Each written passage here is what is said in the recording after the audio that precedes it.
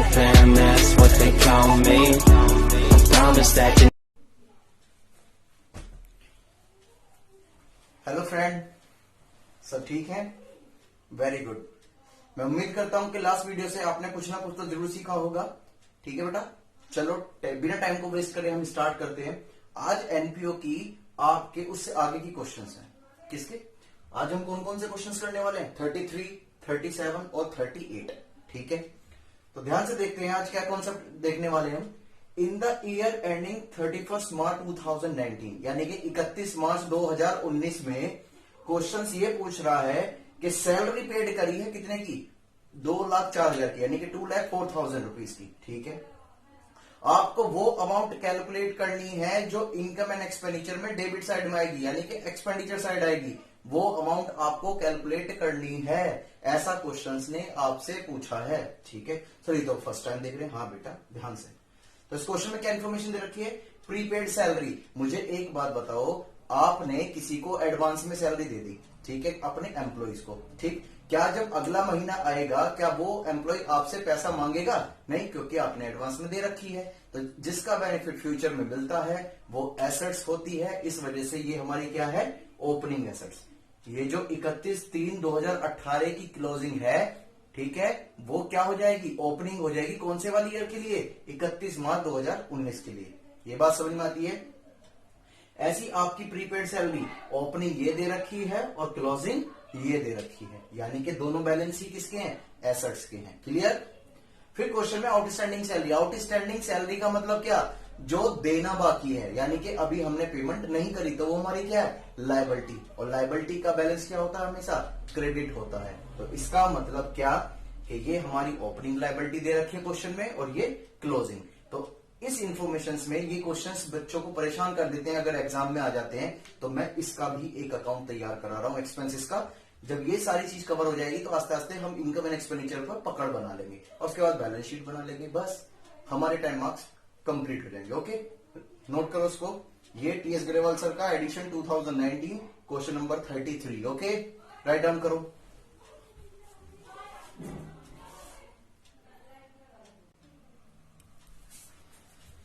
ठीक है बेटा, तो ध्यान से देखो उसका सॉल्यूशंस कैसे देखते हैं। मैंने आपको दे रखा था क्वेश्चंस में हमारे पास प्रीपेड सैलरी थी, तो वो हमारी क्या होती है? एसेट्स। और एसेट्स का बैलेंस क्या होता है? हमेशा डेबिट होता है। इस वजह से जो ओपनिंग प्रीपेड है वो एडवांस के नाम से भी आ सकती है। ठीक है, तो मैंने ओपनिंग इधर लिख ली और जब ओपनिंग इधर है तो क्लोजिंग किधर होगा? इधर की साइड। ये बात क्लियर होती है? फिर क्वेश्चन में आपको एक इन्फॉर्मेशन दे रखी है कि सैलरी आउटस्टैंडिंग, यानी कि देना बाकी है।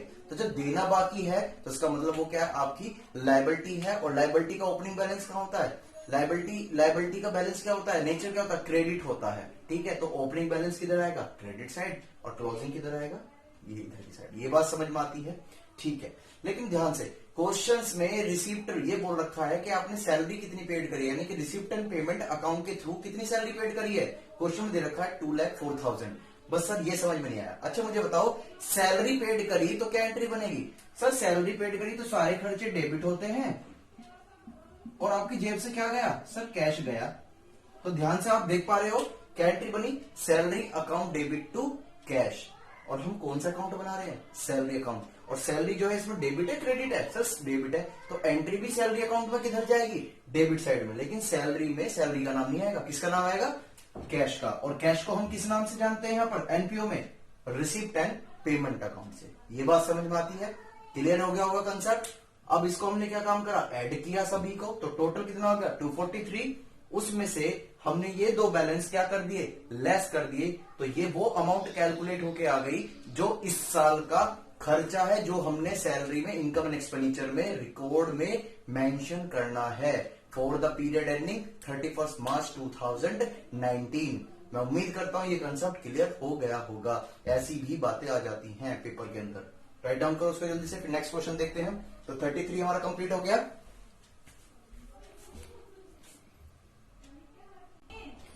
बेटा ये क्वेश्चन नंबर आपका क्वेश्चन नंबर 37 है। ठीक है, कौन सा? Question number 37। क्वेश्चन में क्या बोल रहा है आपको ये देख लेते हैं। आप इसको वो कर लो, मेरे पास जगह कम अभी कंप्लीट नहीं है, कुछ और भी इन्फॉर्मेशन लिखनी है मुझे। ठीक है, इसको वीडियो को स्टॉप करके लिखो और जिसके पास बुक्स है वो क्वेश्चन नंबर 37।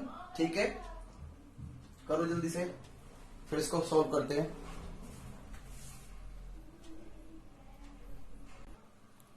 इसको भी राइट डाउन करो बेटा।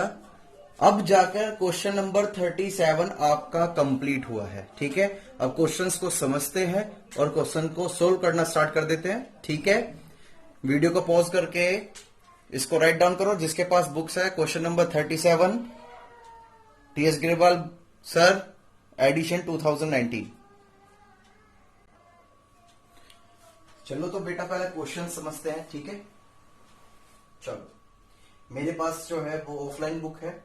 ठीक, चलो पढ़ते हैं क्वेश्चंस को। आप अपने क्वेश्चंस में देखिएगा, following is the receipt and payment account of UB40 club, यानी कि आपको रिसिप्ट एंड पेमेंट अकाउंट दे रखा है। किसका दे रखा है? UB40 क्लब का। ठीक है, और वो भी कौन सी ईयर का है? 31 मार्च 2019 का। Very good. तो सारी इंफॉर्मेशन आपको दे रखी है। जो पैसा हमें रिसीव्ड हुआ है वो रिसीव साइड में लिखा हुआ है, और जो पैसा हमने पेमेंट करी है वो किधर लिखा हुआ है? पेमेंट साइड में। वेरी गुड, बहुत अच्छी बात है। फिर क्वेश्चंस में कुछ एडिशनल इंफॉर्मेशंस भी दे रखी हैं। वो क्या दे रखी हैं कि सब्सक्रिप्शंस आउटस्टैंडिंग, यानी कि इस साल में हमें कुछ पैसा सब्सक्रिप्शंस का मिलना था जो कि नहीं मिला। तो फिर वही अपने दिमाग की बत्ती जल जानी चाहिए। अच्छे सर इस साल का ही है, मैचिंग कंसेप्ट हम तो लेकर चलेंगे। Very good. फिर क्वेश्चन में लिखा हुआ सैलरी और वेजेस आउटस्टैंडिंग, यानी कि देना बाकी है। क्या है? देना बाकी है, लेकिन है तो इस साल का ही ना। तो आउटस्टैंडिंग क्या होता है? हम खर्चे में ऐड कर देते हैं। अगर प्रीपेड होता है तो उसे क्या कर देते हैं? लेस कर देते हैं। ठीक है, डेप्रिसिएशन दे रखी है स्पोर्ट्स इक्विपमेंट पर 25%। कितनी? 25%। बहुत अच्छी बात। ठीक है, फिर क्वेश्चन में पूछा गया आपको income and expenditure account prepare करना। ध्यान से, जब भी एग्जाम में ऐसा क्वेश्चन आता है तो वो 6 मार्क्स का आता है। क्यों? क्योंकि इसमें बैलेंस शीट नहीं पूछी गई। ये बात समझ में आती है? अगर बैलेंस शीट पूछते हैं तो 8 मार्क्स का हो जाता है। तो इस क्वेश्चन में जब भी आप एग्जाम में क्वेश्चंस रीड करो तो सबसे पहले ध्यान देना चाहिए उसकी रिक्वायरमेंट क्या है। अच्छा, इसमें तो बस इनकम एंड एक्सपेंडिचर अकाउंट पूछ रहा है, तो हमें क्या करना है? Income and expenditure account he prepare करना है। ठीक है, तो सबसे पहले तो उसका नाम लिखो, इनकम एंड एक्सपेंडिचर। यहां मेरे पास जगह कम है, टाइम कम होते समय, तो यहां क्या लिखना है हमें? किस कंपनी का आप बना रहे हो, यानी कि income and expenditure of company का नाम। फिर यहां पर डलता है क्या? जिस पीरियड के लिए आप बना रहे हो। This is the presentation for your 12th exam. Okay, चलो अब ध्यान से देखते हैं। ये एक्सपेंडिचर साइड है और ये इनकम साइड है। क्यों? नॉमिनल अकाउंट यही कहता है सारे खर्चे और लॉसेस डेबिट में डालो। ये डेबिट साइड हो गई आपकी, और सारी इनकम गेन्स कहां पर डालो? क्रेडिट साइड में। तो खर्चे इधर आ गए और इनकम इधर आ गई। नाम इसका उल्टा है, कंफ्यूज मत होना, एग्जाम में हो जाते हैं। तो ध्यान रखना, खर्चे क्या होते हैं? डेबिट, तो इस वजह से डेबिट में लिखा गया है। इनकम और गेन क्या होते हैं? क्रेडिट, इस वजह से कहां लिखा गया है? क्रेडिट साइड में। क्लियर है? चलो, सबसे पहले क्वेश्चंस में आपको रिसिप्ट एंड पेमेंट अकाउंट दे रखा है, और उसमें सबसे पहले आप मर्जी आपकी है, कोई सी भी साइड ले लो। या तो रिसिप्ट साइड सेलेक्ट करो पहले सोल्व करने के लिए, या पेमेंट साइड। हम कौन सी साइड लेने वाले हैं? सबसे पहले पेमेंट साइड। क्यों? पेमेंट साइड बड़ी है, रिसिप्ट तो फिर भी छोटी सी है। तो अब ध्यान से देखो, क्वेश्चन में बोल रखा है सैलरी एंड वेजेस, यानी कि 1,60,000 की हमने सैलरी पेड करी है, लेकिन इंफॉर्मेशन में लिखा हुआ था 40,000 की ऐसी सैलरी है इस वाले पीरियड की जो हमने पेड नहीं करी। तो इसका मतलब क्या? देनी बाकी है, लेकिन है तो इस साल के खर्चा ना, तो इस वजह से हमने वो क्या कर दिया? ऐड कर दिया। ठीक है, तो यहां पर 160 हमने ऐड करा, तो टोटल खर्चा कितना हो गया इस साल का हमारे पास सैलरी वेजेस का? 2 लाख रुपीज। क्लियर? दूसरी बात क्या रखी है? ऑफिस का जो खर्चा है, इसके रिगार्डिंग कोई इंफॉर्मेशन नहीं दे रखी, इस वजह से हमने इसको डायरेक्ट ऐसे ही लिख दिया। तो हम ये बात भी समझ गए और ये भी समझ गए। इसके बाद क्वेश्चंस एक्स चार्जेस भी दे रखे, टेलीफोन चार्जेस, तो इसके बारे में भी कोई इंफॉर्मेशन नहीं है, इस वजह से भी हमने इसको क्या लिख दिया? टेलीफोन एक्सपेंसेस को डायरेक्टली ऐसे लिख दिया। क्लियर है सर? इसमें तो स्पोर्ट्स इक्विपमेंट, ध्यान से बेटा, स्पोर्ट्स इक्विपमेंट कैपिटल खर्चा है। सर कैसे पता चला? ध्यान से बेटा, जो खर्चे बार बार होने वाले हैं, जैसे सैलरी हर महीने पे करी जाएगी, ठीक है, तो ये आपका रेवेन्यू ये लिया जाएगा। ऑफिस में जो खर्चा है वो हर महीने होता रहता है, हाँ सर वो भी। टेलीफोन का खर्चा भी हर महीने का बिल आता है, बेस फोन है, हाँ ठीक है। स्पोर्ट्स इक्विपमेंट का मतलब खेलने के लिए कोई यंत्र खरीदे, जैसे सपोज करो मेरा कोई स्पोर्ट्स क्लब है और मैंने ट्रायल यानी कि जो पिच होती है, पिच को बनाने के लिए वो रोलर मशीन बनवाई है, क्या मैं हर महीने खरीदूंगा? नहीं सर, वो तो नहीं खरीदोगे। तो यानी कि जिसका बेनिफिट हमें लंबे समय तक मिलता है, उस ऐसा कोई हमने खर्चा किया है तो वो कहलाता है हमारा कैपिटल। और कैपिटल एक्सपेंडिचर कभी भी इसमें नहीं आता। ये 11th में आपके टीचर ने P&L अकाउंट में अच्छी तरह समझाया होगा। क्लियर? तो स्पोर्ट्स इक्विपमेंट इसमें नहीं आएंगे। टेलीफोन एक्सपेंसेस हर महीने में होता है, इसमें से ले लिया। कोई इंफॉर्मेशन नहीं है तो यही लिख दिया। इलेक्ट्रॉनिक चार्जेस भी हर महीने बिल आता है, कोई भी इसके रिगार्डिंग इंफॉर्मेशन नहीं है तो इसे भी डायरेक्ट हमने क्या करा, ऐसे ही लिख दिया। ट्रेवलिंग चार्जेस होता क्या, हमारी कंपनी जो है एडवर्टीजमेंट के लिए बाहर भेजती है, किसको, एजेंट को, तो उसे ट्रेवलिंग का जो पैसा दिया जाता है वो ट्रेवलिंग चार्जेस होते हैं। या कन्वेंस चार्जेस भी हो सकते हैं, जैसे घर से ऑफिस आने के लिए एमएसटी का पैसा किसी को दिया जा रहा है, ठीक है, तो वो भी हमारा हर महीने खर्चा है, तो इसको भी हमने डायरेक्ट डाल दिया, कोई इन्फॉर्मेशन इसके रिगार्डिंग भी नहीं है। क्लियर? फिर क्वेश्चन में क्या रखा है नीचे इंफॉर्मेशन में कि डेप चार्ज करी जाएगी। क्या चार्ज करी जाएगी? डेप। और डेप जो चार्ज करी जाती है वो किस पर करी जाएगी? हमारी फिक्स एसेट्स पर। जैसे मैंने स्पोर्ट्स के लिए वो मशीन परचेज करी थी, रोलर मशीन, तो वो मेरी क्या है, एसेट्स भी है, और उसे ही हम क्या बोलते हैं, कैपिटल एक्सपेंडिचर्स बोलते हैं। ठीक है, तो उस पर मैंने जब 25% कैलकुलेट करा, ये कितनी अमाउंट दे रखी है क्वेश्चंस में इसकी, 3,40,000, और इसका कितने परसेंट, 25%, तो हमारे पास कितनी निकल के आ गई, 85,000। ये बात समझ में आती है? डैप हमारा खर्चा होता है, क्यों, मशीन हमने एक साल इतनी यूज करी है, इसकी वजह से इसकी इतनी वैल्यू कम हो गई, तो वो वैल्यू हमें हटानी होती है, इस वजह से डैप को रिटर्न ऑफ बोलते हैं। क्या बोलते हैं? रिटर्न ऑफ कर देना, यानी कि अपलिखित कर देना, हटा देना। तो ये हमने कहां डाल दिया, डेबिट साइड। क्लियर? ये अभी सरप्लस पर ध्यान ना दे, ये बात समझ में आ गई। अब हमारी लगभग इनकम एंड एक्सपेंडिचर की सारी बातें इसमें पेमेंट्स में सब कुछ खत्म हो चुका है। सर इसमें तो बैलेंस सीडी भी लिखा हुआ है, बेटा वो हमारी रिसिप्ट एंड पेमेंट का क्लोजिंग बैलेंस है, वो हमारी एसेट्स है, एसेट्स कभी भी इसके अंदर नहीं आती, यानी कि जो क्लोजिंग ओपनिंग बैलेंस होता है वो कभी भी इसमें इस तरीके से नहीं आएगा, कैश तो नहीं आएगा, वो बैलेंस शीट में जाएगा। क्लियर है? फिर क्वेश्चंस में दे रखा है आपको रिसिप्ट साइड, रिसिप्ट में टू बैलेंस बीडी दे रखा है, तो ये भी क्या है, हमारी एक तरह से एसेट्स है, ये केवल बैलेंस शीट में जाएगी, इनकम एंड एक्सपेंडिचर में नहीं आएगी। ठीक है, फिर यहाँ पर सब्सक्रिप्शंस में कंफ्यूजन दे रखा है, 2017-18 की दे रखी है 60,000 और 18-19 की दे रखी है 350। तो मुझे बताओ हम कौन सी ईयर के लिए प्रिपेयर कर रहे हैं? सर 31 मार्च 2019 के लिए, तो सब्सक्रिप्शन भी कौन सी लेंगे? सर उसी वाली ईयर की। तो बेटा ये तो करा हमने, सब्सक्रिप्शन उसी वाली ईयर की ली जिस ईयर का हम क्या कर रहे हैं, प्रिपेयर कर रहे हैं। ये बात समझ में आती है? ठीक है, पर क्वेश्चंस में एक इंफॉर्मेशन भी दे रखी है कि इस साल की कुछ पैसा सब्सक्रिप्शंस जो मिलना बाकी है, जो मिला नहीं है, यानी कि आउटस्टैंडिंग है। आउटस्टैंडिंग का मतलब हमने कमा लिया लेकिन मिला नहीं है। यही आउटस्टैंडिंग अगर खर्चे के साथ जुड़ जाए तो वो इधर की साइड आ जाता है, अगर इनकम साइड आ जाए तो वो इधर की साइड। नाम का ही है मतलब, बस और कुछ नहीं है, बस आपको नेचर समझना होगा। ठीक है, तो सब्सक्रिप्शंस जो इस साल की आपको नहीं मिली वो कितनी है, 55,000। तो टोटल इस साल की सब्सक्रिप्शन कितनी है वो तो उसमें तो दिखाना पड़ेगा ना, मैचिंग कंसेप्ट लड़ पड़ेगा, नहीं तो हमने क्या करा, इसमें ऐड किया और इसको यहां शो कर दिया। क्लियर? फिर क्वेश्चंस में डोनेशन, ध्यान से, डोनेशन आते दिमाग की बत्ती जल जानी चाहिए। सर क्यों जलाए, मेंटोस खा लो तो, ओहो, ध्यान से, जब डोनेशन स्पेसिफिक रीजन के लिए होती है वहां चिंताजनक बात है, यहां इसके साथ कोई भी रीजन नहीं जुड़ा हुआ बिल्कुल, तो इस वजह से हम इसको जनरल इनकम ट्रीट करके चलेंगे। क्लियर? ऐसी एंट्रेंस फीस है, इसके रिगार्डिंग कोई इंफॉर्मेशन नहीं है। ठीक है, तो इसको भी हम कहां मान के चलेंगे, जनरल इनकम। क्लियर? ध्यान से। फिर मैंने आपको बताया था अगर आपकी इनकम ज्यादा हो जाती है, इनकम कितनी है 535, ठीक है, और आपके खर्चों से आपकी इनकम ज्यादा होती है, तो यहां निकल के आएगा सरप्लस। क्या निकल के आएगा, सरप्लस, यानी कि हमने ये ऐड किया और उसमें से जब ये लेस करा तो ये कितना आ गया, 94,000। याद रखना डेबिट और क्रेडिट बेटा क्या होते हैं, हमेशा सेम होते हैं। ये ट्रायल बैलेंस में 11th में आपने अच्छी तरीके से पढ़ा है। क्लियर? और यदि एक्सपेंडिचर आपके ज्यादा हो जाते आपकी इनकम से, तो यहां आ जाती क्या, डेफिशिएंसी, यानी कि इतने की कमी। इस क्वेश्चन में आपसे बैलेंस शीट नहीं पूछी थी, इस वजह से हमने केवल इसमें क्या प्रिपेयर करा है, इनकम एंड एक्सपेंडिचर अकाउंट। इसमें कोई दिक्कत हो तो कमेंट में बताना बेटा, करो नोट जल्दी से।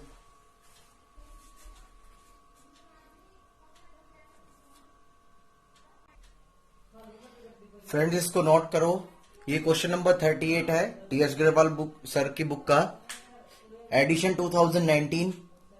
ठीक है, ये अभी कंप्लीट नहीं है, जिसके पास नहीं वो राइट डाउन करे, नहीं तो जो ऐप बता रखी है वो उससे करे।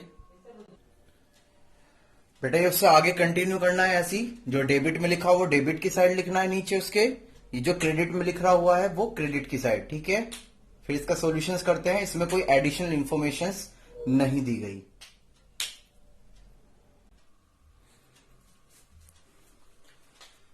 क्वेश्चंस को सॉल्व करते हैं बेटा। क्वेश्चन नंबर 38, फिर से मैं जब स्टार्टिंग करूंगा तो वही आपकी मर्जी है, चाहे इनकम साइड को पहले लें या एक्सपेंडिचर को। मैं किसको ले रहा हूं सबसे पहले? एक्सपेंडिचर को, ठीक है। तो क्वेश्चंस में आपके रिसिप्ट एंड पेमेंट साइड में सबसे पहली साइड पेमेंट में रेंट दे रखा है। कितने रुपए का रेंट दे रखा है? 60,000 रुपीज का। कितने का? 60,000 का। लेकिन ब्रैकेट में एक बात लिखी हुई है कि 15,000 17, 18 का है। लेकिन हम कौन सी साल का बना रहे हैं? 31 मार्च 2019 का। तो मैचिंग कंसेप्ट आएगा और हमें डांटेगा कि बेटा ये डाटा हमारे साल का नहीं है, ये पिछली साल का है, इस वजह से क्या कर दो? हटा दो। तो हमने यही करा है कि 60,000 में से माइनस कर दिया हमने 15,000, तो कितना आ गया? 45,000। क्लियर? दूसरा दे रखा है इंश्योरेंस प्रीमियम। इंश्योरेंस प्रीमियम है आपका 60,000 का। कितने का? 60,000 का। ओके। फिर उसमें भी एक बात लिखी हुई है कि 15,000 का जो प्रीमियम है वो 1920 का है, यानी कि अगली साल का। फिर आ गया मैचिंग कंसेप्ट। फिर उसने क्या कहा? गंदी बात मेरे बच्चों, कि ये जो खर्चा है ये तो अगली साल का है, तो इसे भी क्या करना पड़ेगा? आपको हटाना पड़ेगा। तो ये भी हमने क्या कर दिया? हटा दिया। और कितना आ गया? 45,000। क्लियर? अगर इसमें इंक्लूड नहीं होता, ध्यान से, ये इंक्लूडिंग लिखा हुआ है इस वजह से हटा दिया। अगर ऐसा नहीं लिखा होता तो हमें इसका कोई भी ट्रीटमेंट नहीं करना था। भैया जब इस साल का है नहीं तो क्या करें? क्लियर? फिर लिखा हुआ है स्पोर्ट्स इक्विपमेंट। फिर से वही वाली बात, स्पोर्ट्स इक्विपमेंट तो सर हमारी एसेट्स है, हम बार बार थोड़ा करेंगे उन खर्चों को, वो तो कैपिटल एक्सपेंडिचर है। शाबाश, तो वो नहीं आएगा। ऐसी फर्नीचर है, फर्नीचर भी बार बार थोड़ी ना खरीदते हैं, तो इसका मतलब क्या कि ये भी हमारा कैपिटल एक्सपेंडिचर है, तो इसको भी हम इसमें ट्रीट नहीं करेंगे। क्लियर? फिर आती है इसमें फिक्स डिपॉजिट। ध्यान से, मैंने कहीं पैसा एफडी करा दी, बोलते हैं ना पापा मैंने तो अपनी लड़की के नाम की एफडी करा रखी है, लड़की की पढ़ाई की एफडी करा रखी है। एफडी का मतलब है फिक्स डिपॉजिट करा रखी है, यानी कि कुछ साल तक पैसा हम ब्लॉक कर देते बैंक में कि इस साल के बाद निकालेंगे, ठीक है। तो ये जो हमने पैसा लगाया, एफडी कराई है, तो हमारा एक तरीके से क्या है? इन्वेस्टमेंट कर दिया, बैंक में पैसा हमने जमा कर दिया, तो ये हमारी क्या है? एसेट्स है। तो इस पर जो हमें ब्याज मिलेगा, इस पर जो हमें ब्याज मिलेगा वो हमारी इनकम होगी, यानी कि मैं एनपीओ हूं यहां पर। अगर मैं ऐसा कोई इन्वेस्टमेंट कर रहा हूं, उसको ब्याज मिला तो वो हमारी इनकम है, तो वो किधर जाएगी? इनकम की साइड जाएगी। तो उसकी बातें अभी नहीं कर रहे, हम बाद में करेंगे, ठीक है। फिर क्वेश्चंस में लिखा है टूर्नामेंट एक्सपेंसेस। क्या लिखे हुए हैं इसमें? Tournament expenses. इसका भी जिक्र अभी हम थोड़ी देर में करने वाले हैं। ये बहुत इंपॉर्टेंट पॉइंट है, ये टूर्नामेंट एक्सपेंसेस का बहुत इंपॉर्टेंट पॉइंट है, इसको अभी करेंगे क्लियर, ठीक है। सब कुछ क्लियर करके चलेंगे, कुछ नहीं छोड़ने वाले, ठीक। फिर दे रखा बुक्स। बुक्स भी हमारी क्या होती है? एसेट्स होती है, हम हर महीने नहीं खरीदते। जैसे ये लाइब्रेरी होगी, लाइब्रेरी परचेज करके रख ली, ठीक है। जो नया एडिशन आता है वो खरीद लिया जाता है, लेकिन बुक्स जो है ऐसे परचेज नहीं करी जाती, ऐसे कोई खर्चा नहीं किया जाता कि चलो जैसे सैलरी पे करते हैं, काम करा तो देना ही देना है, ठीक है। वो लाइब्रेरी में हमने फिक्स कर दी, इसका बेनिफिट हमें लंबे समय तक मिलता रहेगा, तो वो हमारी एसेट्स है। तो बुक को भी हम इस पे यहां लेकर नहीं चलते। न्यूज़पेपर क्या दे रखा है आपका? न्यूज़पेपर। न्यूज़पेपर या मैगजीन वगैरह खरीदते हैं तो वो तो आपका खर्चा होता है, तो जब वो खर्चा है इसके लिए कोई और इन्फॉर्मेशन नहीं है, तो इस वजह से हमने इसको बस डायरेक्ट ऐसे ही लिख दिया। तो हम इसकी 3 बातें को डिस्कस कर चुके हैं, बहुत सिंपल है, कोई भी ज्यादा दिक्कत नहीं कर रहा। इसके बाद लिखा हो प्रिंटिंग स्टेशनरी। मार्कर का खर्चा है, पेन का खर्चा है, इंक का खर्चा है, सब चीज का एक खर्चा आता है। सेफ्टी पिन का खर्चा आता है, ठीक है। कार्बन पेपर का खर्चा आता है, कॉपी पेंसिल का खर्चा आता है, इरेजर का खर्चा आता है, तो वो सारा खर्चा हर महीने भी हो सकता है। तो इसका मतलब ये क्या है? आपका रिवेन्यू टाइप का है, तो इसमें भी कोई इन्फॉर्मेशन नहीं दे रखी, इस वजह से इसको भी हम ऐसे लिखने वाले हैं। क्लियर? और क्वेश्चंस में इसके बाद आपके बैलेंस शीट दे रखा है, वो भी हमारी क्या? एसेट्स, और एसेट्स को हम इसमें लेके नहीं चलते हैं। क्लियर? तो सर ये कहां से आ गई? ये बताऊंगा बेटा कि इंफॉर्मेशन के साथ ही, ठीक। अब आ जाते हैं कौन सी साइड? Receipt side. कौन सी साइड आ जाते हैं? Receipt side.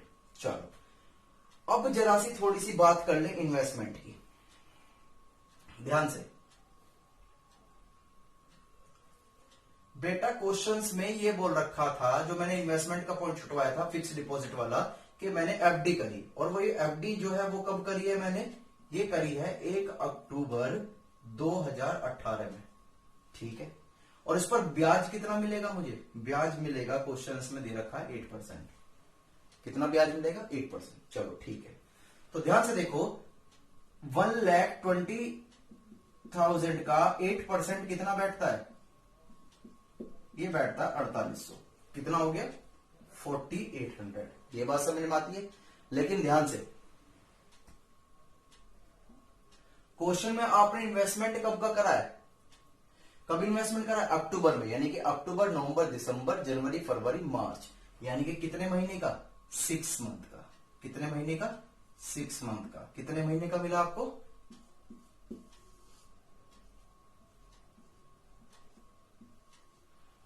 6 महीने का आपको क्या मिला, इंटरेस्ट मिला। अब क्वेश्चंस में रिसीप्ट एंड पेमेंट साइड में जरा मुझे देख के बताओ कितना मिल रहा है।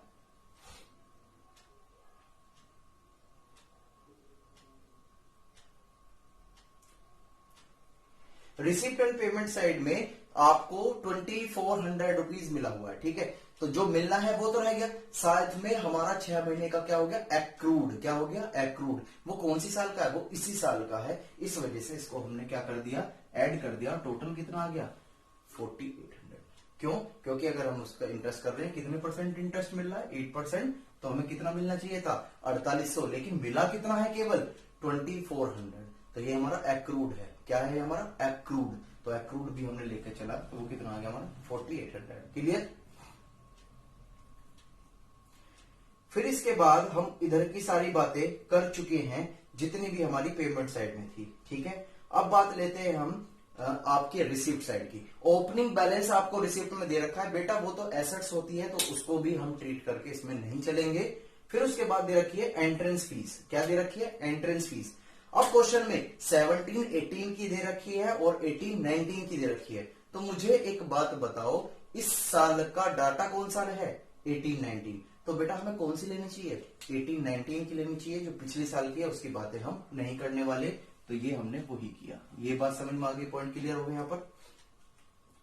फिर क्वेश्चंस में लिखा हुआ है सब्सक्रिप्शंस। ध्यान से, सब्सक्रिप्शन एक तो 2017 और 18 की दे रखी है, वो इस साल का डाटा नहीं है तो भूल जाओ।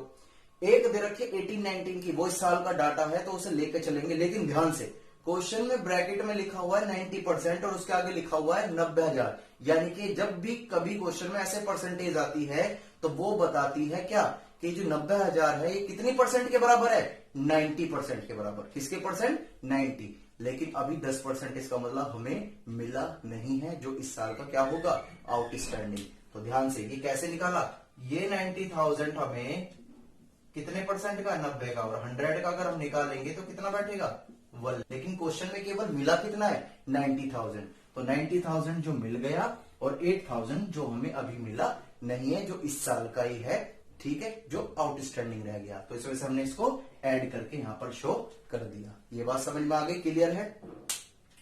फिर क्वेश्चंस में लिखा हुआ उसी में 1920 की, बेटा वो भी अगली साल की है, इस वजह से इसे हम कंसीडर नहीं करेंगे। फिर लिखा हुआ है लाइफ मेंबरशिप फीस। मैंने आपको फर्स्ट क्लास में बताया था, लाइफ मेंबरशिप यानी कि पूरी साल के लिए हम पैसा दे रहे हैं, तो वो हमारी एक तरह से क्या होती है, रिवेन्यू नहीं होती, वो कैपिटल रिसिप्ट होती है, तो वो हमारी बैलेंस शीट में लायबिलिटी साइड में शो करी जाती है। क्लियर। डोनेशन के साथ में कोई स्पेसिफिक रीजन नहीं है, इस वजह से ये क्या हो जाएगी, हमारी इनकम हो जाएगी, तो हमने ये ट्रीटमेंट किया। क्लियर। फिर इसके बाद आपको सब्सक्रिप्शन मिली है गवर्नर पार्टी। ध्यान से, सब्सक्रिप्शन गवर्नर पार्टी के लिए मिली है, तो इसके साथ एक स्पेसिफिक रीजन जुड़ गया। तो जब रीजन जुड़ जाता है, क्या उसे हम जनरल इनकम मान ले, नहीं, हम तो सर उसी के लिए खर्च कर पाएंगे उसको जिसके लिए वो आई है, तो इसका मतलब ये हमारी रेवेन्यू इनकम नहीं है, तो इस वजह से हमने इसको कहीं भी यहां नहीं दिखाया। क्लियर। फिर इसके बाद है आपका इंटरेस्ट की बातें हम कर चुके हैं यहां पर। फिर लिखा हुआ है सेल ऑफ ओल्ड न्यूज़पेपर, यानी कि हमारी कोई स्क्रैप थी, मिसलेनियस इनकम्स, जो हमने बेच दिया। ठीक है, बेच दिया, अच्छी बात है, हमने कमा लिया, तो हमारा क्या हो गया, गेन हो गया यहां 300 रुपीज का, बहुत बढ़िया बात। ठीक है। फिर उसके बाद क्वेश्चन में इंफॉर्मेशन है कि आपने एक 1200 रुपए का मटेरियल है, यानी कि जो बुक वैल्यू का मतलब क्या, जो बेटा बैलेंस शीट में लिखी जाती है, बुक वैल्यू का मतलब क्या, जो बैलेंस शीट में होती है। वो 1200 रुपए यानी कि 1200 रुपीज का आपका कोई क्या था इसमें, स्पोर्ट्स मटेरियल था, जो कितने का बेच दिया, 500 का। तो मुझे बताओ 1200 की चीज अगर आप 500 में बेचोगे तो आपको फायदा है नुकसान है? सर हमें तो नुकसान है। तो जितने भी नुकसान होते हैं वो सारे कहां लिखे जाते हैं, एक्सपेंडिचर साइड में। कहां लिखे जाते हैं, एक्सपेंडिचर। तो यही तो किया हमने। देखो 1200 का सामान 500 में बेच दिया तो कितने रुपए का नुकसान हो गया, 700 रुपए का। ये बात समझ में आ गई, वेरी गुड। फिर उसके बाद लिखा लोकर रेंट। हमें लोकर रेंट मिला है 6800 यानी कि 6800 का, लेकिन इसके अंदर 600 रुपए उसका है जो इस साल का नहीं, किस साल का है, पिछली साल का। तो जो पिछली साल का है उसका हमारा कोई भी संबंध नहीं है, तो उसे भैया हटा दो। तो हमने यही करा, उसमें से इसे हटाया, तो टोटल कितना आ गया, 6200 रुपए। क्लियर, ये बात समझ में आती है। फिर से वही बात, जब आपकी इनकम ज्यादा हो जाती है आपके खर्चों से, तो निकल के आ जाता है सरप्लस। क्या आ जाता है, सरप्लस। इसमें कुछ डाउट हो तो बताओ बेटा, ठीक है। इसे ये भी बोला जाता है excess of income and expenditure, यानी कि जब हमारी इनकम ज्यादा होती है हमारे खर्चों से तो उसे बोलते हैं सरप्लस। क्लियर, ये कैसे निकाला, ये ऐड किया, इसमें से ये पॉइंट हमने लेस करे, तो ये जो बैलेंसिंग फिगर निकल के आई है, दिस इज योर सरप्लस। इस क्वेश्चन में भी बैलेंस शीट नहीं पूछी थी, इस वजह से मैंने बैलेंस शीट नहीं बनाई। ठीक है, नेक्स्ट क्लास में हम बैलेंस शीट के क्वेश्चंस भी करेंगे।